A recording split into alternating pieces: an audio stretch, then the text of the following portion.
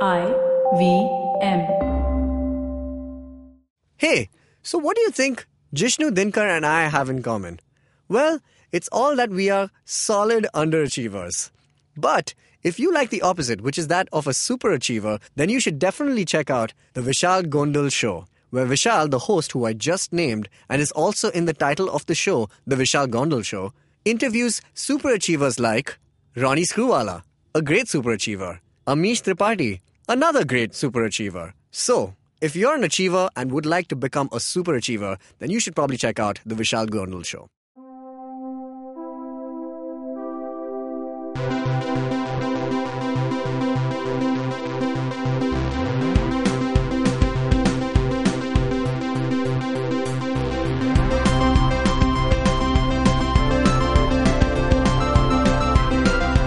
Hello and welcome to the Geek Fruit Bulletin, the news/not news show where we discuss or do not discuss things about the happenings in the nerd ether, sort of. I guess this is the accurate description of the show.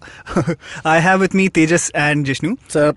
And well, the only thing still pervading the nerd ether is the MCU. Now, after Infinity War, with the drop of the Ant-Man and the Wasp trailer, did you guys see it? And what did you think?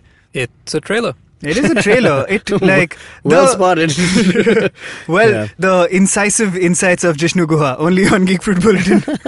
I think what everyone can take away from it is that, after the, super dark ending of Infinity War, which we won't spoil, except for the fact that it's emotional, this is, I think, comes as a welcome break. I think it's just lighter and it's a palate cleanser. It really is a palate cleanser.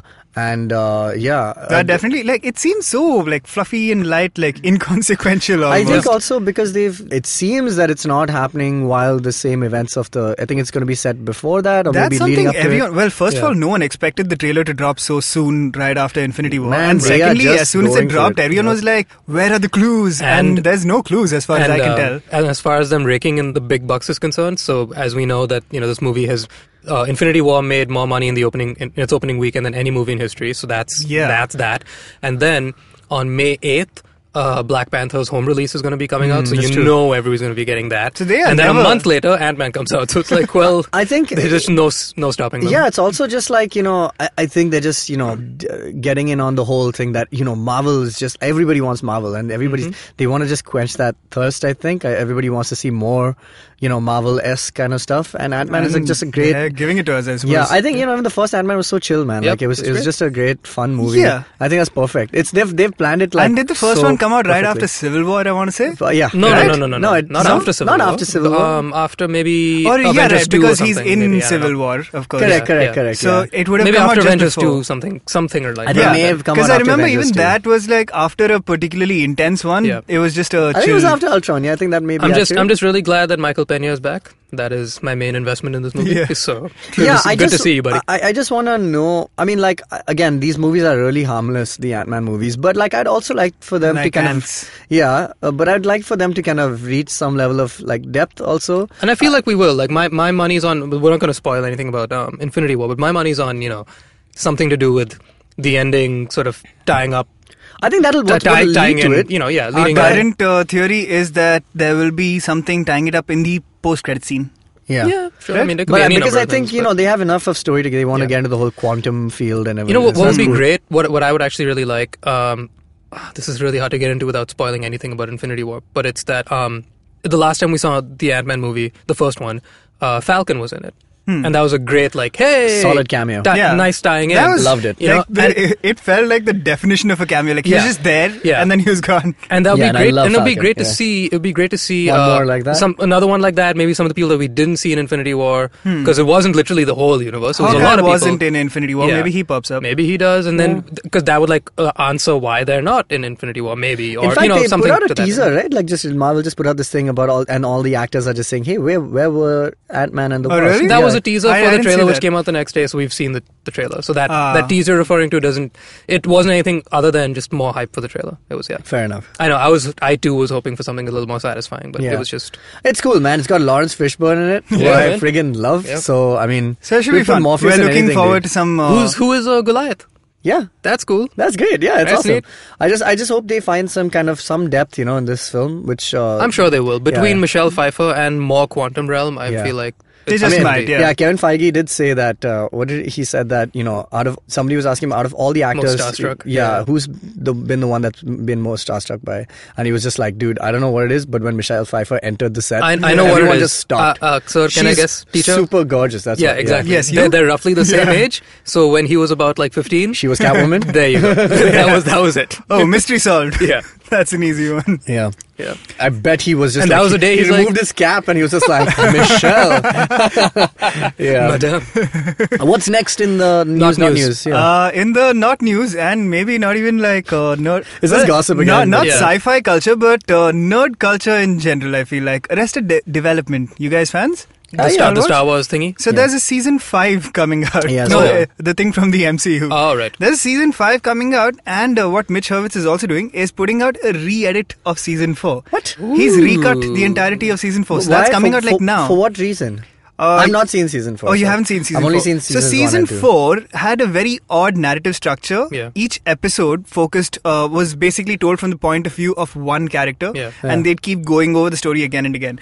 So the purpose of it, logistically speaking, was the actors' schedules. Correct, yeah. But they sort of leaned They into did it. like a Rashomon style. Exactly. Yeah, okay. Yeah, it was very Rashomon style. But, so, yeah, they kind of leaned into Well, it that's and cool, made a though. story. Yeah. I thought it was pretty good. I But thought a lot of it the- was a little alienating at times. It was Yes, like a little it was a little odd. The yeah. humor, like the joke a minute sort of pace of Arrested Development Yeah. wasn't there, and a lot of the season didn't make sense unless you watched it through. Correct. Both from a plot point of view, and there were jokes which would be set up in like episode 2 and Yeah. pay off in episode 6. Oh, but Yeah. props for them for doing something like that. That's Yeah, cool, that- yeah. I mean, thought it was you great. can see why it's not too big a stretch for them to now do comic booky kind of stuff. Because like Yeah. that is as comic booky as it gets. It was very, but yeah, like a lot of the fans of the first 3 classic seasons of Arrested Development didn't like it too much. Yeah. And even Mitch Hurwitz felt like he kind of rushed it, I think, is what he said even after the season 4 had just dropped.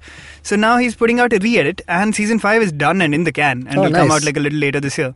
So, that's cool. Yeah, That's cool. excited to see various kinds of chicken dances. But on that note, did you see the Star Wars Arrested Development treatment? no, where they So I haven't is seen it Ron it because Howard narrating exactly, it? exactly. Of course. And I'm not going to see it. But if you guys want to see it, it's a thing to be seen. Where- Why Ron- are you not going to see it? Because I don't see anything Star Wars. You know this. Ah, right. I don't Wait, touch it. this is for what? This is for Just for like just the for Star Wars Solo. YouTube, Like a yeah, fun for little Solo. goof. Oh, just a that's little nice. goof where Ron Howard did a thingy on Star Wars. He gave Star Wars the Arrested Development. Oh, treatment. that's nice. That's Yeah. cool. That's I kinda like that. cool. I was kind of So basically, it's like Solo saying something like, I'm going to get on that ship.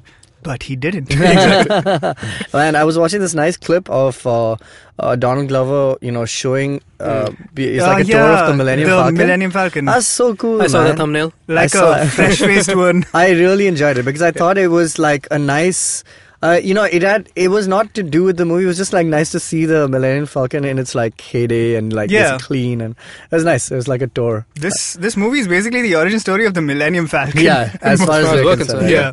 Pimp My Falcon. Yeah. They put out there's a bunch of new featurettes for Solo coming Oh, out. I've not seen any of that. I Yeah, just saw even that, I've been I saw that avoiding first them. trailer and that's I'm it. done. Yeah. Same here. Yeah. Yep. Are you all looking forward to Solo, or I am is there looking some forward to it. trepidation? No, there? no. There is, but I'm Little still, trepidation is there. I'm still excited by it. I think it'll be a fun one, and I like. It'll be an Ant-Man. Yeah, and in my heart, I'm not making like a hard connection between this and the actual trilogy. Precisely. Like, I'm not let's just gonna- treat it as a standalone thing. If it's not That's, I good, guess, we'll what they've- forget it ever happened. No, see, all right, let's put money on this. It's Yeah. going to end exactly like Rogue One. It will end with the beginning of what? It will end with Han and Greedo meeting at Mos Eisley. Oh my god! Yeah. Wow. Let's put money on I it. don't. I don't think they'll do that. But I think they're definitely going to tie up those little Yeah. dice things. If they Yeah. do end with Han and Greedo, you're saying we will end on the Cantina theme featuring Finger and Dan in the Modal Nodes? Yeah, Correct, dude. yeah. I'm on board. I'm on Sign board. me up. Oh no, fine, okay, fine. It'll be like- what if Greedo will it's- be like asking, he's like, "Where's my money?" And then Han will just look at the camera and then cut to titles. Oh, okay, so it could also be like the birth of Jabba. It could also be Jabba. Oh. It could be the getting the band together, getting the Modal Nodes together. Yeah. We're like, Oh, dude, I would love to see that. there's John Modal, and then he meets Paul Modal, and he's like, hey, let's kick what out. about We had the Finger fifth and guy. Dan? Yeah, where's Finger and Dan? He's the leader of the Modal Yeah, Nodes. no, he's the guy that showed up and he said, "Let me kick out your drummer. I'm the better drummer. Let me come." But in." he's Oh, Finger and Dan. He's the he's main the dude. Ringo. Yeah. He's the yeah. He, well, yeah, that is the standalone Star Wars movie that we need and we deserve. So get to work on that, Lucasfilm /Disney. Or Mos Eisley Cantina as Cheers. Yeah, where sometimes everybody knows your name. Everybody wants to know how much money is on your head. Who is the norm of the cantina? Is it Finger and Dan? And when he walks into people, it's this guy. He's like, I'm wanted in 12 systems. He doesn't like you. He just passed away, that actor. I don't like you. Yeah, because you didn't pay your tab. It's like you left your credit card here last night. The cantina sitcom. This blue milk costs an arm and a leg. All right. Okay, cool. So that's our episode for the Geek Fruit Bulletin. That's the Bulletin, yes. Yeah. Check out our full episode this week where we are spoiling thoroughly Avengers Infinity War. And tell us what you think of that. Get in touch with us, Geek Fruit HQ, on all the socials. Bye.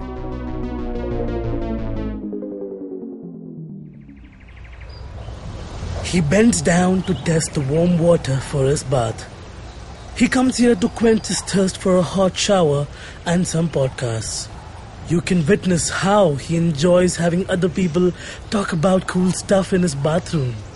Indeed, it helps him with his loneliness.